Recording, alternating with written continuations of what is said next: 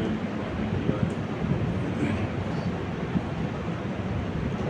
الحمد للہ نحمده ونستعینه ونستغفره ونؤمن به ونتوکل علیہ ونعوذ باللہ من شرور انفسنا ومن سیئات اعمالنا من يهده الله فلا مضل له ومن يضلل فلا هادي له ونشهد ان لا اله الا الله وحده لا شريك له ونشهد ان سيدنا ومولانا محمدا عبده ورسوله صلی اللہ تعالی علیہ وعلى آلہ واصحابہ اجمعین، اما بعد۔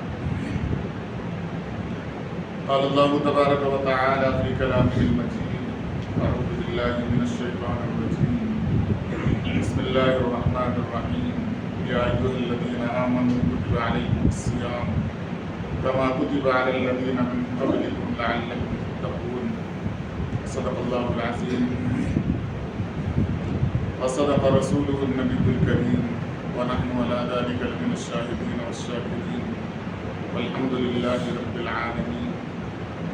رب اشرح لي صدري ويسر لي امري واحلل عقدة من لساني يفقهوا قولي، آمين برحمتك يا ارحم الراحمين والحمد لله رب العالمين۔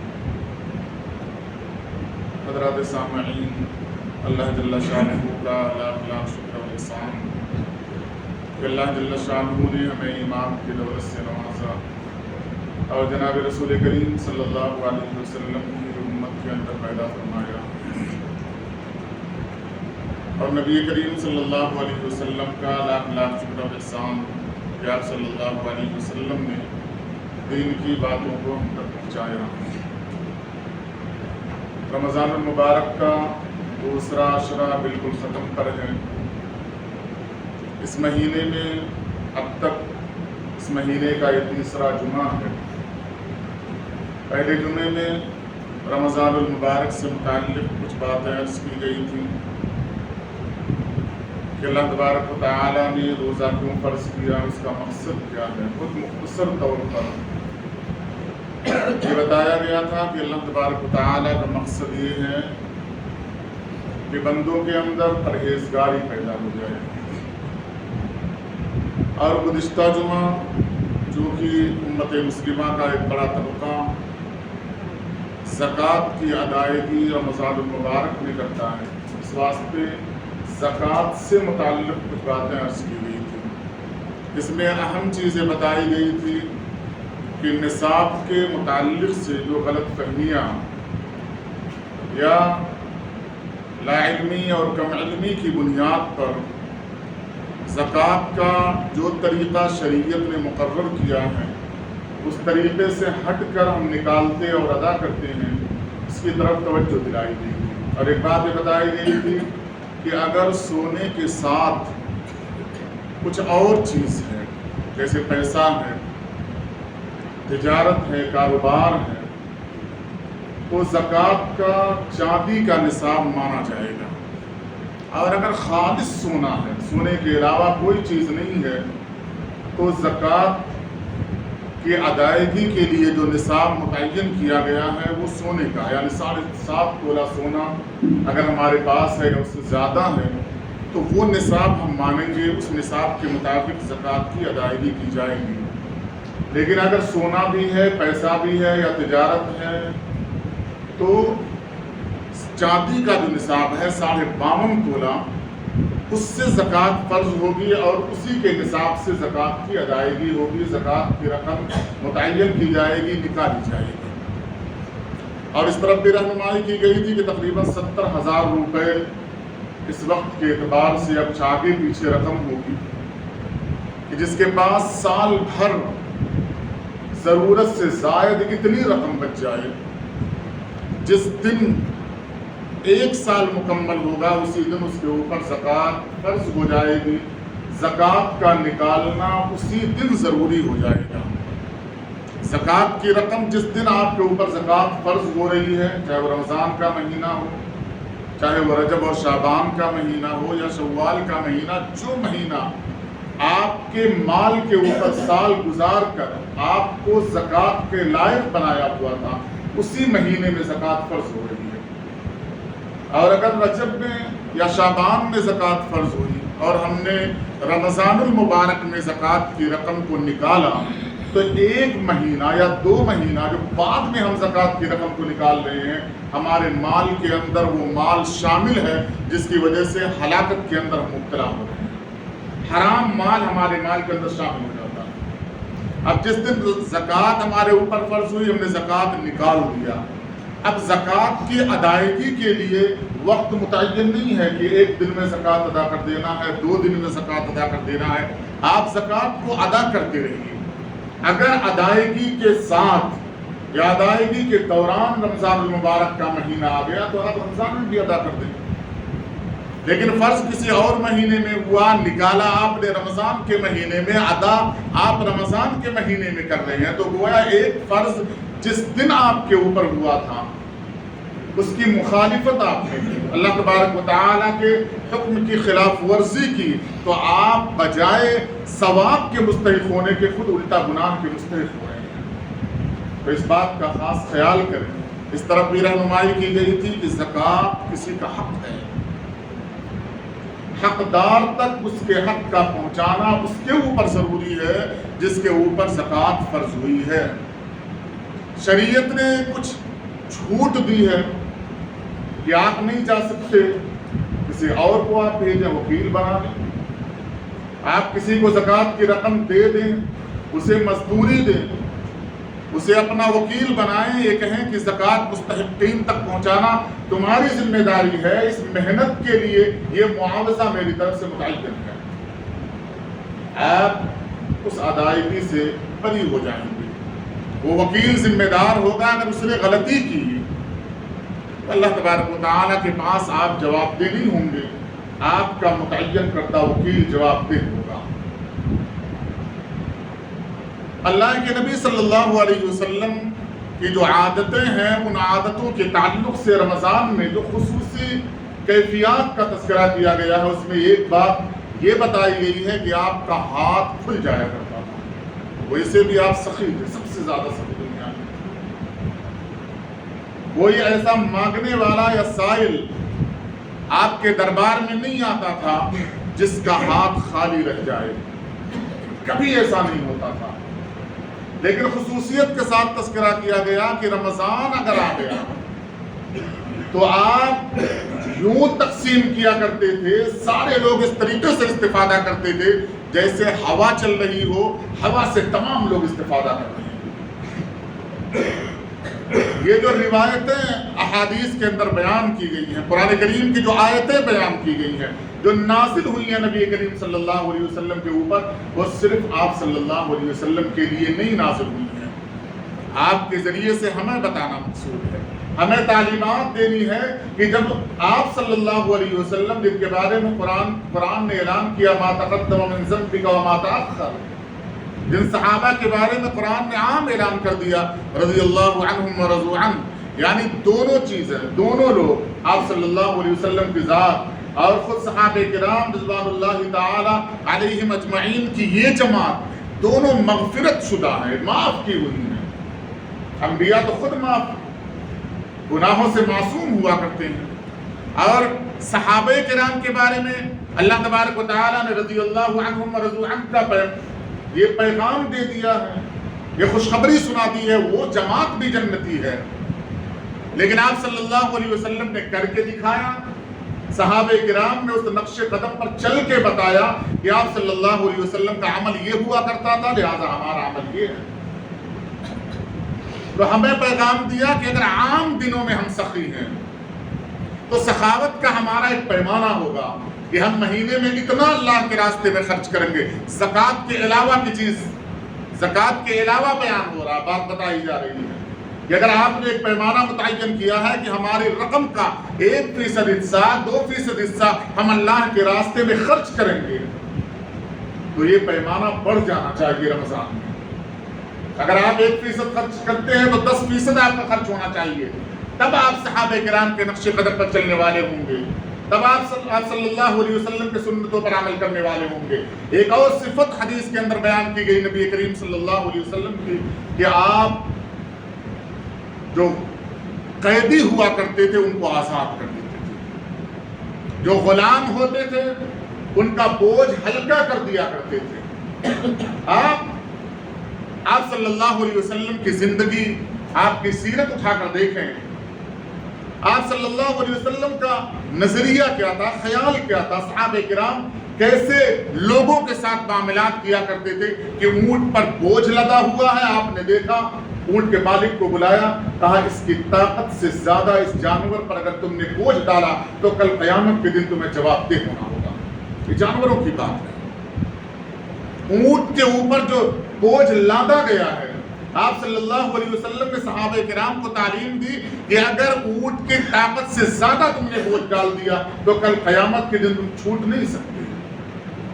انسان بہرحال انسان ہے، اشرف المخلوقات ہے، غلام اور اس کے حقوق کو متعین کرتے ہوئے آپ صلی اللہ علیہ وسلم نے فرمایا کہ جو تم کھاؤ وہی غلام کو کھلاؤ، یعنی جو کام کرنے والے لوگ ہیں ان کا حق بیان کیا جا رہا ہے۔ ہم غلام سمجھنے کے بعد سوچتے ہیں وہ تو صحابہ کے زمانے میں تھے، ہمارے پاس غلام کا کوئی تصور نہیں ہے۔ کام کرنے والے جو لوگ ہیں، جو آپ کے ماتحت ہیں، اس کا حق یہ بتایا نبی کریم صلی اللہ علیہ وسلم نے، جو تمہارے ماتحت کام کرنے والے لوگ ہیں، جھاڑو پوچھا لگانے والے ہیں، کھانا بنانے والے لوگ ہیں، سودا صرف لانے والے لوگ ہیں، ان کے حقوق متعین کیے گئے۔ جو تم کھاؤ وہی انہیں کھلاؤ، جو تم پہنو وہی انہیں پہناؤ۔ اس واسطے صحابہ کرام جب ایک دوسرے کے پاس جایا کرتے تھے، گھروں میں جن کی خوشحالی ہوتی تھی، وہ دیکھتے تھے وہی آقا لباس پہنے ہوئے ہے، وہی غلام لباس پہنے ہوئے ہے، تمیز نہیں ہو پاتی تھی اس میں آقا کون ہے، غلام کون ہے۔ ایک لباس، ایک جیسا لباس، ایک دسترخوان، ایک پلیٹ، ایک کھانا۔ آپس میں سوال کیا کرتے تھے ایسا کیوں کہ جو لباس آقا پہنے ہوئے ہیں، جو لباس مالدار لوگ پہنے ہوئے ہیں، جو لباس صاحب ثروت لوگ پہنے ہوئے ہیں، وہی غلام پہنے ہوا ہے، کام کرنے والا پہنے ہوا، اونٹ چرانے والا، بکریاں چرانے والا پہنے ہوئے ہے۔ تو صحابہ کرام بتاتے تھے نبی کریم صلی اللہ علیہ وسلم کا یہ حکم ہے کہ غلام کا یہ حق ہے۔ تو کام کرنے والوں کے بوجھ کو ہلکا کر دیا جایا کرتا تھا۔ کس مہینے میں؟ رمضان المبارک کے مہینے میں۔ کیوں؟ مواسات کا مہینہ ہے، غمخواری کا مہینہ ہے، ہمدردی کا مہینہ ہے۔ عملی طور پر دکھنا چاہیے کہ میرے ماتحت کام کرنے والا جو شخص تھا، اس کے جو ذمے رمضان المبارک کے علاوہ کام تھا، رمضان میں اس کام کی نوعیت کم ہوئی یا نہیں ہوئی، کام کی مقدار کم ہوئی یا نہیں ہوئی۔ میں زبان سے یوں کہتا رہوں ہمدردی کا مہینہ ہے، غمخواری کا مہینہ ہے، اور اپنے نوکر کے اوپر، اپنے خادم کے اوپر، کام کرنے والے کے اوپر بوجھ اور زیادہ لاد دوں تو گویا زبان سے کچھ کہہ رہا ہوں، عمل میرا کچھ بتا رہا ہے۔ قرآن کریم نے اسے منافقت کہا ہے، قرآن کریم نے اسے منافقت کہا ہے۔ یا تو مزدوری بڑھا دی جائے، خدمت کا معاوضہ بڑھا دیا جائے، کام بھی ہلکا کیا جائے، کیونکہ یہ نبی کریم صلی اللہ علیہ وسلم کا حکم ہے۔ اس ماہ مبارک کی بڑی فضیلت ہے۔ ایک عشرہ بچا ہوا ہے، کل اور پرسوں 2 دن، یعنی 12 دن۔ اس عشرے میں 2 دن، اس عشرے کا آخر حصہ۔ چند دن پہلے ہمارا یہ تصور تھا، ہم دعائیں کرتے تھے، اللہم بارک لنا فی رجب و شعبان، دعا ہو رہی تھی کہ اللہ ہماری عمر کو رمضان المبارک تک پہنچا دے، رجب و شعبان کے مہینے میں برکت عطا فرما۔ اور آج کا دن ہے کہ تقریباً حصہ اس رمضان المبارک کا گزر گئے۔ ہم محاسبہ کریں کہ اللہ کے نبی صلی اللہ علیہ وسلم اور خود ذات باری تعالی اس مہینے کی اتنی فضیلت کیوں بیان کرتے ہیں؟ کون سی وہ چیز اس مہینے کے اندر آ گئی جس کی وجہ سے اس مہینے کے اندر اتنی فضیلتیں مل گئی؟ وہ چیز کیا ہم کر پا رہے ہیں؟ وہ فضیلت ہم حاصل کر پا رہے ہیں؟ وہ چیز ہمیں پتہ ہے یا نہیں پتہ ہے؟ اگر نہیں پتہ ہے، غفلت کے اندر زندگی گزر رہی ہے، تو ان چیزوں کو حاصل کریں، وہاں تک پہنچنے کی کوشش کریں۔ علماء کرام نے لکھا ہے ایک بڑی وجہ جو رمضان المبارک کے اندر آئی ہے، جس کی وجہ سے اسے بے شمار فضیلتیں ملی ہیں، وہ ہے قرآن کریم کا نزول۔ شہر رمضان الذی انزل فیہ القرآن، قرآن رمضان میں نازل ہو رہا ہے۔ ایک نسبت ہے، ایک تعلق ہے۔ اِنَّا أَنزَلْنَاهُ فِي لَيْلَةِ الْقَدْرِ، قرآن لیلۃ القدر میں نازل ہو رہا ہے، اس رات سے ایک نسبت، ایک فضیلت ہے۔ اللہ تبارک و تعالیٰ نے جہاں جہاں قرآن کا لگاؤ بنا ہے، قرآن کا تعلق بنا ہے، اس مہینے کو، اس رات کو، اس ساعت کو، اس گھڑی کو اتنی بابرکت بنا دی ہے، اتنی بابرکت بنا دی ہے کہ آپ قرآن کا مطالعہ کریں تو آپ کو اندازہ ہوگا۔ لیلۃ القدر خیر من الف شہر، 1000 مہینوں کی راتوں کی عبادت سے کہیں زیادہ فضیلت ہے۔ بعض مفسرین لکھتے ہیں کہ لفظ الف یعنی 1000 اس وقت عرب کے اندر انتہا کی گنتی تھی، اس سے زیادہ کی گنتی لوگ نہیں جانا کرتے تھے۔ مشہور تھا جب کسی کے اوپر لعنت کیا کرتے تھے تو 2 بار الف الف کہہ دیا کرتے تھے، اس سے زیادہ کی گنتی اتنی معروف نہیں تھی۔ اور انہی کے اوپر قرآن نازل ہو رہا ہے، اسی معاشرے کے لیے قرآن نازل ہو رہا ہے، تو لفظ الف کے ساتھ خیرہ کا لفظ استعمال کیا، اس سے بہتر، اور بہتر کا کوئی حد یا بہتر کی کوئی حد حدود متعین نہیں کیے جا سکتے۔ اس واسطے باری تعالیٰ کا قول نبی کریم صلی اللہ علیہ وسلم نے نقل کیا کہ رمضان میرے لیے، میں اس کا بدلہ دوں گا۔ اور اللہ تبارک و تعالیٰ نے اپنی رحمت کی جو تشبیہ دی ہے وہ ماں باپ سے تشبیہ دی ہے، خاص کر کے ماں سے تشبیہ دیا، اور فرمایا کہ میں نے جو رحم دنیا کے اندر بھیجا ہے، جس کی وجہ سے لوگ ایک دوسرے سے ہمدردی جتایا کرتے ہیں، کیا کرتے ہیں، اس کے 99 درجے ہیں، ایک درجہ میں نے دنیا کے اندر بھیج دیا۔ 100 درجے ہیں، ایک درجہ میں نے دنیا کے اندر بھیج دیا، 99 درجے میں نے اپنے پاس رکھے۔ فرمایا اسی رحم کے ایک درجے کا نتیجہ ہے کہ وہ درندے اپنی اولاد کے اوپر تکلیف نہیں مسلط کیا کرتے۔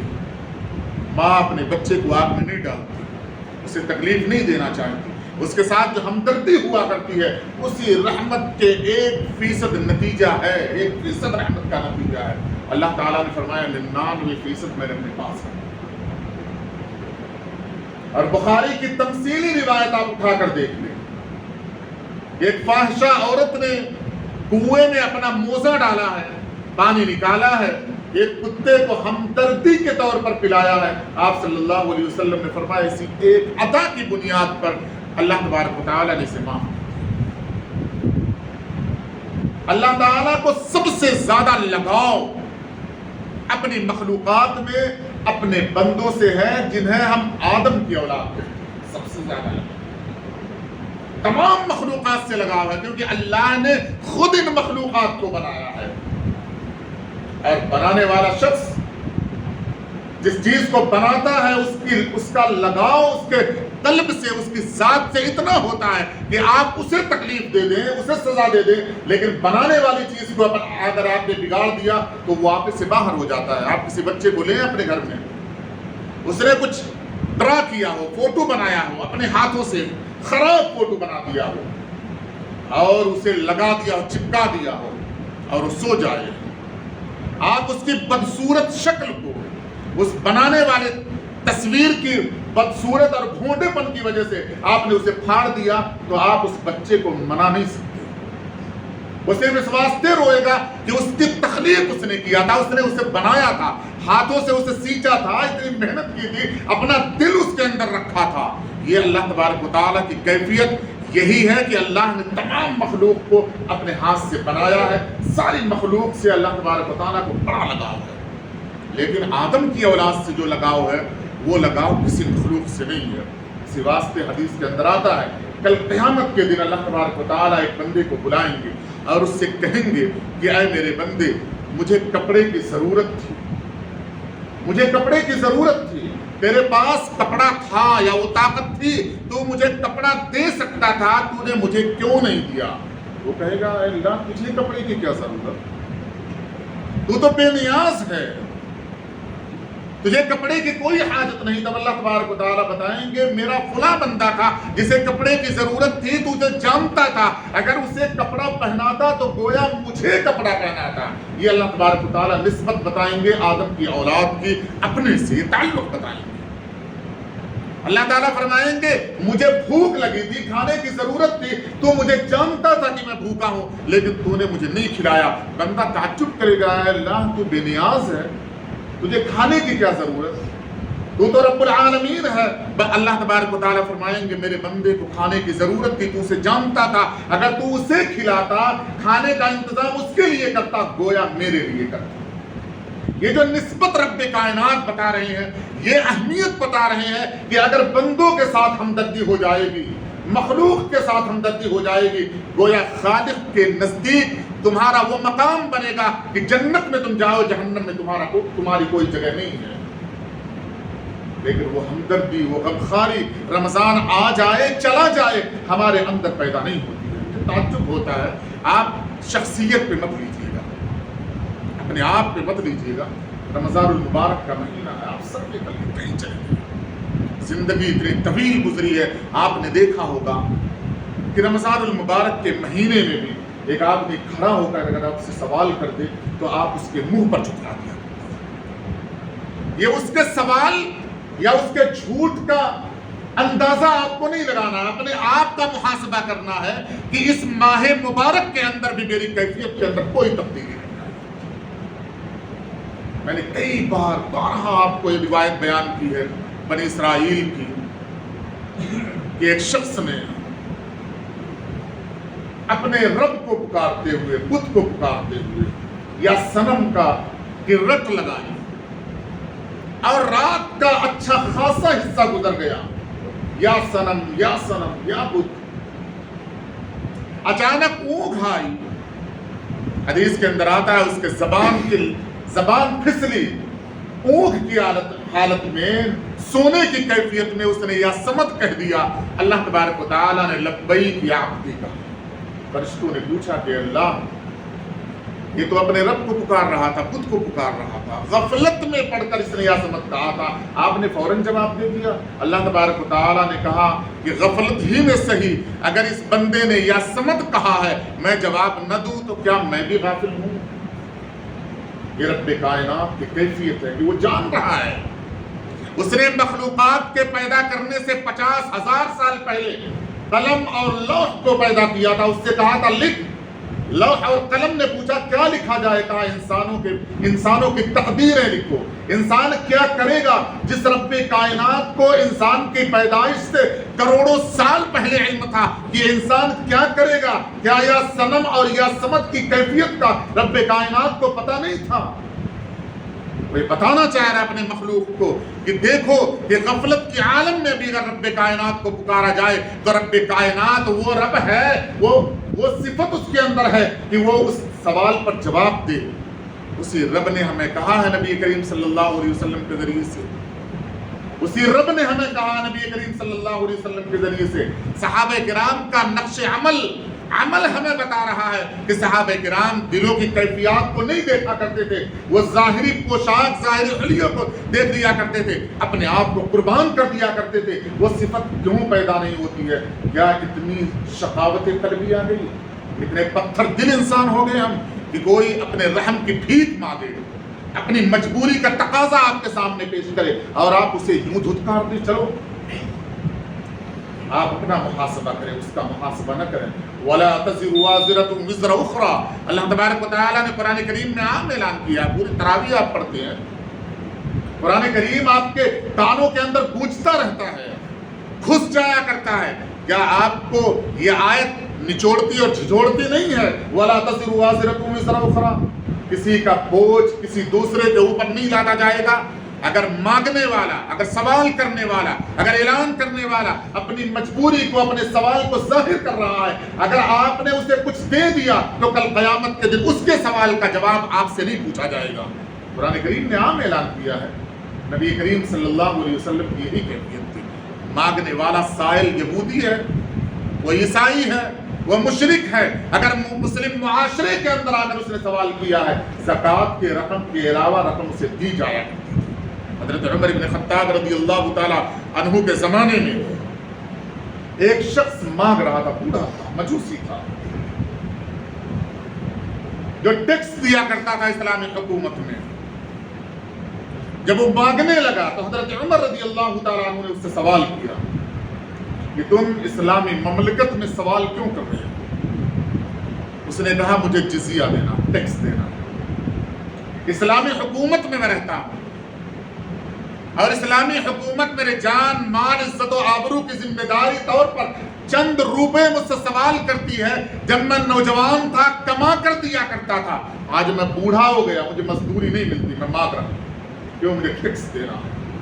اب تک کوئی ایسا قانون متعین نہیں تھا کہ جزیہ دینے والے لوگوں کو بیت المال سے کچھ رقم دیا جائے گا۔ حضرت عمر رضی اللہ تعالیٰ عنہ آئے، تمام صحابہ کرام کو، مشیرین صحابہ کرام کو بلایا اور کہا کہ آج سے میرا دل یہ چاہتا ہے کہ وہ شخص جو اسلامی حکومت میں جزیہ اور ٹیکس دے کر رہ رہا ہو اور جو اپنی نوجوانی کے عالم میں کما کر جزیہ دے رہا ہو، اگر وہ بوڑھا مجبور ہو جائے، اگر وہ پریشان حال ہو جائے، وہ سوال کرے ہماری مملکت کے اندر، یہ ہمارے لیے عار ہے، لہٰذا ایک حصہ متعین کیا جائے ایسے جزیہ دینے والے بوڑھے اور معذور مجبور لوگوں کے لیے جنہیں معاوضے کے طور پر ہدیتاً تحفتاً یا کسی بھی مد کی بنیاد پر اسے دیا جائے گا، تاکہ وہ سوال نہ کرے، تاکہ وہ بھیک نہ مانگے، تاکہ وہ کھڑا ہو کر اپنے آپ کو ذلیل نہ کرے، اللہ کی ذات کے اوپر وہ کوئی سوال نہ کرنے لگے۔ حضرت عمر رضی اللہ تعالیٰ عنہ نے متعین کر دیا۔ کیا ہماری نظریں، کیا ہماری آنکھیں ایسی روایتوں کے اوپر یا ایسے دلائل کے اوپر نہیں پڑتی ہے؟ کیا ہمارا وجود تھراتا نہیں ہے اللہ کی ذات سے؟ کیا کانپتا نہیں ہے؟ اللہ تبارک و تعالیٰ نے فرمایا ہے کہ میری ذات سے ڈر کر اگر کسی آدمی نے ایک بار مجھ سے کہا کہ اے اللہ مجھے معاف کر دے، تو اس کے 99 سال، اس کے پوری زندگی کی نافرمانی، میرے ساتھ بغاوت کو میں ایک لخت بھلا کر اسے معاف کر دیا کرتا ہوں، جنتی بنا دیتا ہوں۔ یہ اللہ کی ذات ہے، یہ اللہ کی رحمت ہے۔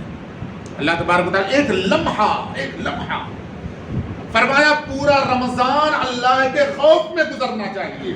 خوف کیا ہے؟ کہ ہم صبح سے شام تک بھوکے رہتے ہیں، پیاسے رہتے ہیں، ایک قطرہ نہیں جانے دیتے، 5 وقت وضو کرتے ہیں کم سے کم، اور اس 5 وقت میں ہر وضو میں 3 بار کلی کرتے ہیں، حلق تک پانی چلا جاتا ہے، حلق تک۔ کلی کرنے کے بعد 2 بار الگ سے ہم تھوک دیتے ہیں کہ کہیں پانی کی تری حلق کے اندر نہ چلی جائے، جبکہ وہ تری چلی جائے گی روزہ نہیں ٹوٹے گا۔ لیکن یہ اللہ کا خوف ہے کہ اگر تری چلی جائے گی تو اللہ تبارک و تعالیٰ مجھے اجر نہیں دیں گے، لیکن مخلوق تڑپ تڑپ کر مر جائے، کبھی اللہ کا خوف نہیں آتا۔ رشتہ دار بھوکے رہ جائیں، کبھی خوف نہیں آتا۔ میں نے روایت پہلے جمعے میں بیان کیا تھا کہ افطار کی وہ فضیلت ہے کہ اگر ہم نے کسی کو افطار کرایا تو اللہ تبارک و تعالیٰ اللہ کے نبی صلی اللہ علیہ وسلم کے ذریعے سے بتاتے ہیں اتنا ہی ثواب اسے دیا جائے گا جتنا روزے دار کا ثواب ملتا ہے، کوئی ثواب میں کمی نہیں ہوتی۔ کیوں کہا؟ افطار پارٹی کر لی جائے، کھڑے ہو کر افطار کر لیا جائے، اللہ کی نعمتوں کو ضائع کر دیا جائے، کچرے کنڈی میں فروٹ کو پھینک دیا جائے۔ میں نے گزشتہ پہلے جمعے میں بتایا تھا کہ وہ کیفیت صحابہ کرام کے اندر تھی کہ ایک گھونٹ میٹھا پانی بھی میسر نہیں ہوتا تھا، ایک گھونٹ میٹھا پانی۔ مولانا تقی عثمانی صاحب پڑوس ملک میں ابھی حال کا بیان ان کا تھا کہ فلسطین کے اندر سے ایک شخص نے فون کیا، آپ اپنے آپ کو انسان بنائیں، اپنے وجود کو اپنے سامنے رکھیں۔ ہمیشہ گزشتہ جمعہ بھی میں نے بتایا تھا کہ اللہ کے نبی صلی اللہ علیہ وسلم نے فرمایا اپنے لیے وہ پسند کرو جو اپنے لیے پسند کرو اپنے بھائی کے لیے پسند کرو۔ یہ معیار اللہ کے نبی صلی اللہ علیہ وسلم نے متعین کیا، اور کوئی تکلیف اپنے لیے پسند نہیں کرتا۔ فون کیا کہ امداد کے پہنچنے کی کوئی شکل نہیں ہے، ہمیں پتا ہے کہ امداد کے پہنچنے کی کوئی شکل نہیں ہے، لیکن ہمیں امداد چاہیے۔ مولانا تقی عثمانی صاحب کا قول ہے، آپ سن لیجیے جا کے۔ کہاں امداد کی کوئی شکل نہیں ہے لیکن ہمیں امداد چاہیے، رو کر بیان کیا ہے۔ کیوں؟ ہم آزاد ہیں، وہ قید میں ہیں۔ کل قیامت کے دن پوری انسانیت کو رب کائنات کھڑا ہو کر سوال کرے گا کہ روئے زمین پر بسنے والا کوئی بھی انسان اگر وہ روزے دار تھا اور آپ کے دسترخوان پر نعمتیں تھیں تو اس کے دسترخوان پر نعمت کیوں نہیں تھی؟ یہ سوال ہم سے ہوگا، ہم چھوٹ نہیں سکتے۔ کوئی عذر اللہ کے سامنے کوئی معذور عذر کو پیش نہیں کر سکتا۔ اللہ کی وہ ذات ہے کہ اللہ تعالیٰ نے فرمایا ہے کل قیامت کے دن میں سوال کروں گا، میں ہی جواب دوں گا، کسی کو جواب دینے کی طاقت اور گنجائش نہیں ہوگی۔ ہم دلائل یہاں پیش کر سکتے ہیں، وہاں پیش نہیں کر سکتے۔ فرمایا اس نے کیفیت بتائی ہے، میں معذور ہوں۔ بہت ابھی عثمانی صاحب نے بتایا، اس نے مجھے بتایا میں معذور ہوں، میرے جو بھائی ہیں وہ معذور ہو گئے ہیں، ہم پانی سے سحری کرتے ہیں، پانی سے افطار کرتے ہیں، ہمیں امداد چاہیے۔ وہ جملہ اگر آپ کو انسانیت آپ کے اندر ہے، اس جملے کو آپ اپنے کان میں ڈالیں، اپنے وجود سے پوچھیں کل اگر میری یہ کیفیت ہو گئی اور کسی نے مجھے نہ دیا تو کیا میں پوری انسانیت کے لیے بد دعا کروں گا یا نہیں کروں گا؟ لیکن وہ قوم ہے جس نے انسانیت سے کبھی شکوہ نہیں کیا ہے۔ اس کی امداد کے پہنچنے کے لیے، وہاں تک پہنچانے کے لیے اگر ہم نے کوئی مدد نہیں کی، کوئی کام نہیں کیا، خدا کی قسم ایسے ہزاروں رمضان قربان ہو جائیں گے، جنت نہیں ملنے والی ہے۔ علماء کرام نے فرمایا حضرت امام احمد بن حنبل رحمۃ اللہ علیہ کو قید کر دیا گیا جیل خانے میں، جمعہ کے دن تیار ہوتے تھے اور جہاں پر قیام تھا وہاں تیار ہو کر ایک دم جمعے کے لیے تیار ہو کر اپنے اس قید خانے کے گیٹ تک آتے تھے اور واپس چلے جایا کرتے تھے۔ لوگوں نے پوچھا کہ آپ تیار ہو کر گیٹ تک آتے ہیں، آپ کو پتا ہے گیٹ تو کھلنے والا نہیں ہے، تو آپ تیار ہو کر کیوں گیٹ تک چلے آتے ہیں؟ فرمایا یہ میری طاقت کے اندر ہے، یہ میں کر سکتا ہوں، یہ میں کر سکتا ہوں کہ میں تیار ہوں گیٹ تک جاؤں، تاکہ کل قیامت کے دن جب اللہ تبارک و تعالیٰ مجھ سے سوال کرے کہ جمعہ فرض تھا، جماعت کے ساتھ فرض تھا، جامع مسجد میں فرض تھا، تم گئے نہیں گئے، تو میں اللہ کے پاس جواب دے سکوں کہ اللہ جو مجھ سے ہو سکتا تھا میں نے کیا، میں نے اچھا کپڑا پہنا، میں تیار ہوا، میں گیٹ تک گیا، میں نے دیکھا گیٹ قفل تھا، گیٹ بند ہوا۔ اگر گیٹ کھلا ہوتا تو میں مسجد جاتا، جمعہ کی نماز کی ادائیگی کرتا، واپس آتا، اے اللہ میں معذور و مجبور تھا۔ آپ امداد کے لیے پیسہ جمع کرتے، انتھک کوشش کرتے، کوشش کرنے کے بعد وہ غذائیں، وہ پانی کا اسٹاک، وہ مال و دولت آپ جمع کر کے کہیں بارڈر پہ لے جا کر پھینک دیتے۔ کل قیامت کے دن اگر اللہ سوال کرتے کہ فلسطین کے لوگ بھوکے پیاسے تھے، تمہارے دسترخوان پر نعمتوں کی بارش ہوا کرتے تھے، ان کے لیے تم نے کیا کیا؟ تو تم کہہ سکتے ہو، ہم کہہ سکتے ہیں اے اللہ ہم نے جمع کیا تھا، بارڈر تک پہنچایا تھا، وہاں سے آگے جانے کا کوئی راستہ نہیں تھا، ہم جو کر سکتے تھے ہم نے کیا تھا۔ اگر ہم نے یوں نہ کیا کل قیامت کے دن اللہ کے سامنے کھڑے ہو جائیں گے، اور اللہ کے نبی نے فرمایا کہ جسے اللہ سوال کے لیے روک لے گا وہ معاف ہو جائے، ایسی کوئی سبیل نہیں ہے۔ حضرت عائشہ صدیقہ رضی اللہ تعالی عنہا نے پوچھا کہ اللہ کے نبی صلی اللہ علیہ وسلم کیا آپ بھی اللہ کی رحمت سے معاف کیے جائیں گے؟ کہا ہاں، اعمال کی بنیاد پر نہیں معاف کیے جائیں گے، اللہ کی رحمت کی بنیاد پر میں بھی معاف کیا جاؤں گا۔ تو اللہ کی رحمت کب آئے گی؟